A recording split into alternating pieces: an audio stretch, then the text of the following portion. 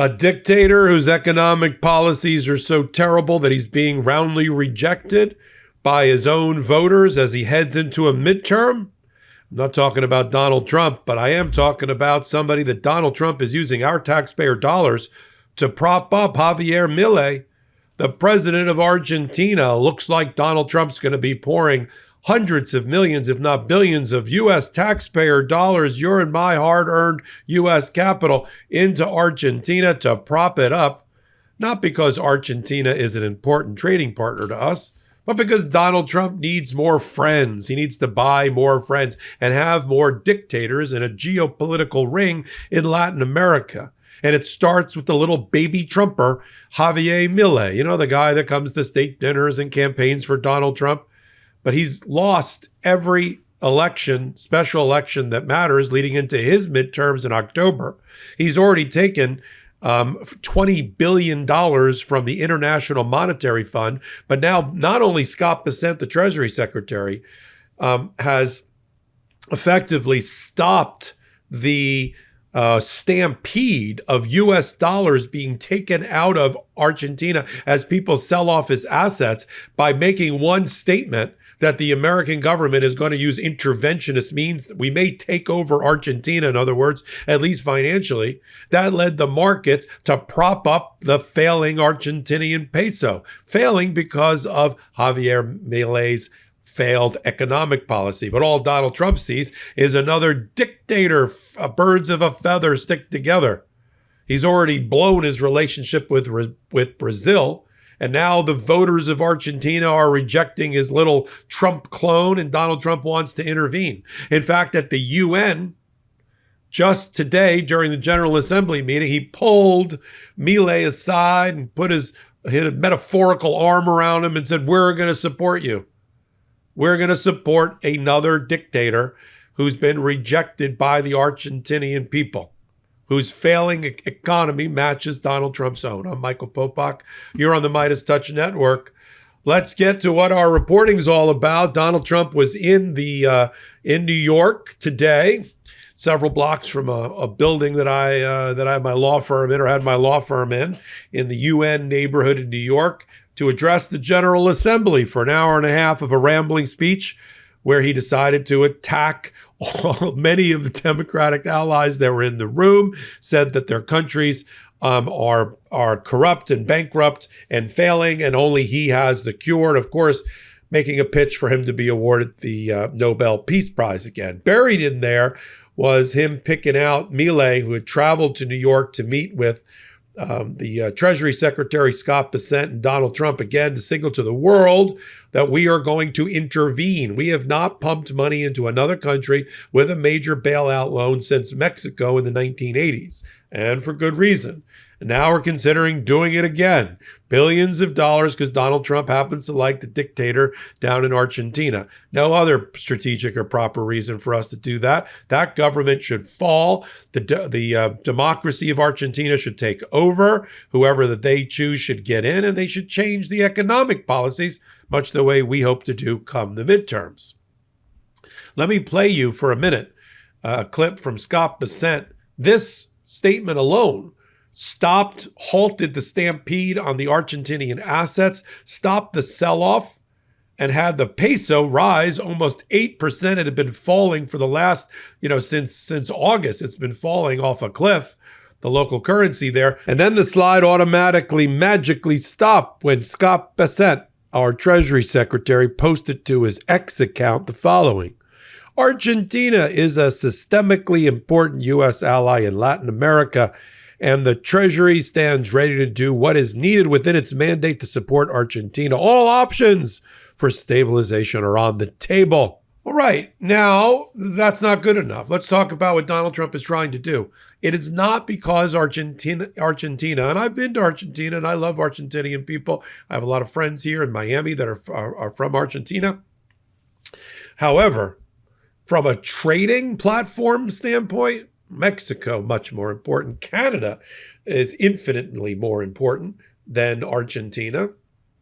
Argentina has had its own economic problems for decades. I mean, it seems like every couple of years we talk about the failure of the Argentinian economy.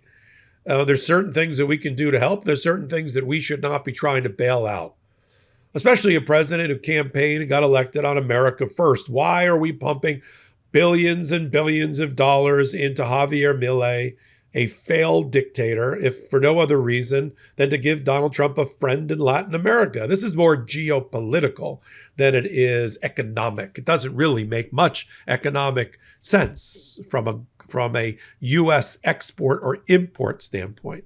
It's just sending money that will likely never get back, especially with the Milei government, should it continue.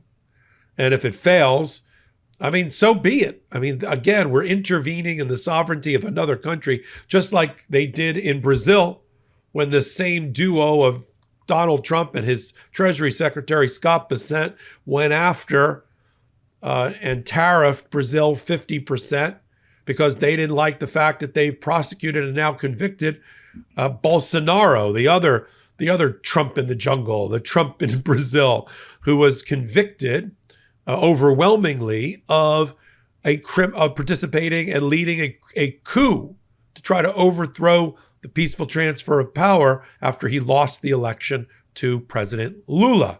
He's looking at 27 years in jail. Donald Trump didn't like that, wanted to intervene in the sovereignty of Brazil. So he had the Treasury Secretary, the Commerce Secretary, pump up the tariffs to 50% on Brazil.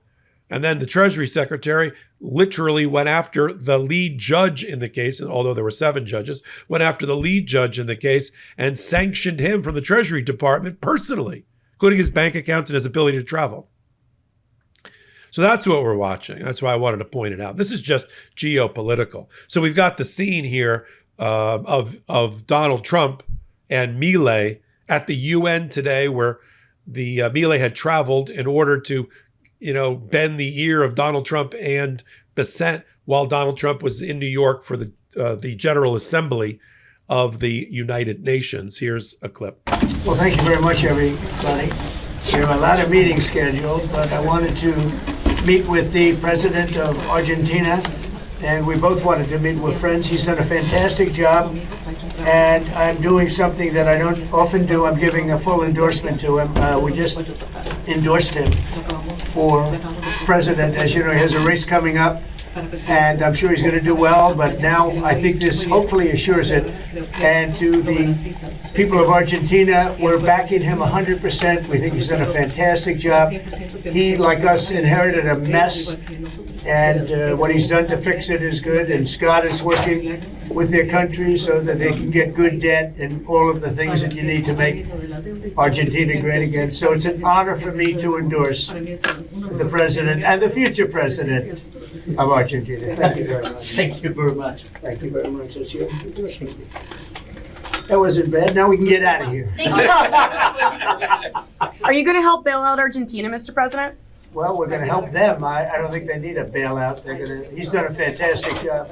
If you look at where they were when he first ran for office and where they are now, Scott, I would say that it's pretty amazing the job he's done. So the transformation's unbelievable. He inherited the same kind of mess you did, and he's doing the same kind of job. What should happen? I think the way to see this is the Argentinian people have rejected their Trump.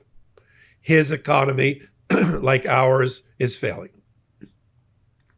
The economic suffering of the Argentinian people are leading them to stampede the assets, take out dollars, and devalue of the peso in advance of midterm elections there, which are on October 26th. Milei already lost overwhelmingly by a landslide in a prior election related to Congress. He's going to lose. His favorability ratings are in the toilet. And everything I'm talking about is just a mini version of Donald Trump. That's why he doesn't want him to fail, because it would be an embarrassment to Trump, who's so heavily banked on Milei. Now, Milei also has another scandal. This is very Trump-like, right? His sister, Karina, is involved in another financial and bribery scandal. And she has a major role on the finance world of his administration. So I don't want any there to be any misunderstanding of what we're watching with Donald Trump and his support of Argentina. This is just for Donald Trump's own political currency and his own political capital. This has nothing to do with what's right for America or America first or a proper allocation of our scarce resources. It is nothing of the kind. I'll continue to follow it all right here on MeidasTouch and on Legal AF. While you're here, hit the free subscribe button. Come right back, do it again, and we'll all get together on Legal AF, YouTube, and Substack as well. So until my next report, I'm Michael Popok. Can't get your fill of Legal AF? Me neither. That's why we formed the Legal AF Substack. Every time we mention something in a hot take, whether it's a court filing or a oral argument, come over to the Substack. You'll find the court filing and the oral argument there, including a daily roundup that I do called, wait for it, Morning AF. What else? All the other contributors from Legal AF are there as well. We got some new reporting. We got interviews. We got ad-free versions of the podcast and hot takes. Where? Legal AF on Substack. Come over now to free subscribe.